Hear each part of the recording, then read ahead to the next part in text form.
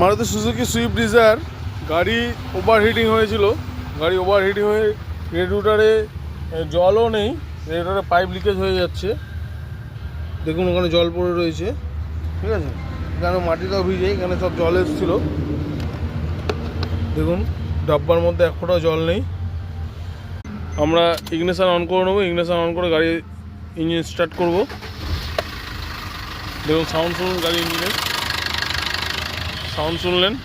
এবার গাড়িতে দেখুন দেখুন কী হারে ধোঁয়া মারছে। গেল। দেখুন গাড়ি ইঞ্জিনের গেজটা আমি তুলে নিয়েছি, গেজ পরিষ্কার করে আমি গেজ দেখুন গেজ পরিষ্কার করে নিয়েছি। এইবার আমি গেজ তুলে নেবো।